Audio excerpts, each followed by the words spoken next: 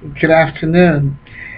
In Revelation chapter 3, uh, in particular verse 15 through, I will say 15 through 16, Christ lists what his views are of what he calls the lukewarm church. And verse 15 says, I know your works, that you're neither hot nor cold. I could wish you were cold or hot. Verse 16 says, so then because you are lukewarm and neither cold nor hot, I will vomit you out of my mouth. Uh, this is such a powerful, this is to the Laodicean church, and it's amazing whenever I read this verse or these verses. I'm always amazed at how frustrated the Lord must have felt about his church, that he would call it lukewarm. First of all, he would say, in a sense, there's an indictment against his church on earth, that we have become so, the church at that time had become so, in a sense, non-committal and not willing to stand for anything, and therefore falling for anything, and not being hot or cold. I have tasted lukewarm water, and it's a horrible taste, terrible taste. So whenever I read this, I think of how horrible lukewarm water tastes. And I feel to myself, what a terrible feeling it must be for the Lord to look at we who he has created and how we have become so lukewarm about him. Because it's not just about the church. The church, as a matter of fact, if we're lukewarm about the church, we're lukewarm about him. Because he is the church. He's everything.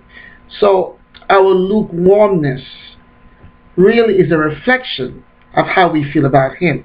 I see people who don't really want to get into an admission of their faith or an admission of their love for the Lord. And I listen to them and how they're non-committal, and they're here and they're there in their thoughts and what they have to say about their relationship with the Lord. And yet my thought is always, but he was so pronounced in his commitment to us. There's nothing lukewarm about what Jesus Christ did on the cross.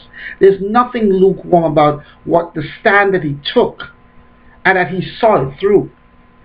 I mean, he was clearly hot for us, that he took the stand, and there was nothing about his actions that suggested, I'm not sure I want to do this. Even when he asked his Father, even when Christ asked his Father in the Garden of Gethsemane, if it be your will, you can remove this bitter cup from me. But if it's not thy will, then let thy will be done. If it's not your will to remove it, then fine, let it be done.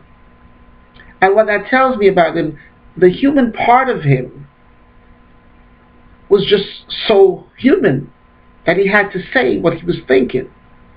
But the divine part of him, the part that came knowing that he had to die for our sins, had already made peace. And so he said it already knowing the answer that his Father would give. When we know our fathers well, we'll try him. Sometimes we'll say things knowing exactly what he's going to say, but we'll say it anyway. Like an exercise in futility, but we feel we have to do it.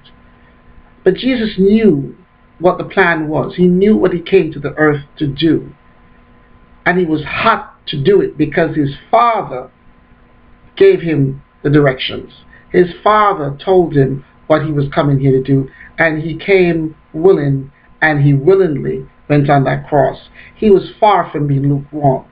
So when I see people wavering and not sure about whether they want to commit to the Lord, and yet they say they believe, it just throws me off. I'm like, wait a minute. You're kidding, right? He made a decision. He obeyed his Father and did his Father's will so that you and I could go free. And he did it by being hot, by being passionate. And yet you and I and so many people get into this, well, I'm not sure, and if I really go all the way, people are going to make fun of me, and I'm going to lose my friends, and all these nonsensical reasons that we give for not being hot. The letter to the Laodicean church is a letter to us. It's a letter to all of us who say we believe. Do we believe sufficiently to be hot, to go all the way, to do everything that we're supposed to do, and so that others can look at us and say, my God, they're passionate for their Christ. They're passionate for the church of their Christ. What is it? Let me get to know them. Let me find out what it is about them that makes them so passionate and so hot for their Christ. And that's how disciples come about. That's how we get new disciples. That's how people, believers, they come to be by looking at us, by tasting of what we say and what we do, and finding out it is lukewarm or hot. And when they see and when they sense and when they taste that what we do is hot for our Christ, they will want to join. And they'll ask you, can you show me how to come to him? This has been Judith, Dr. Judith. Thanks for spending time with me. Until next time, God bless.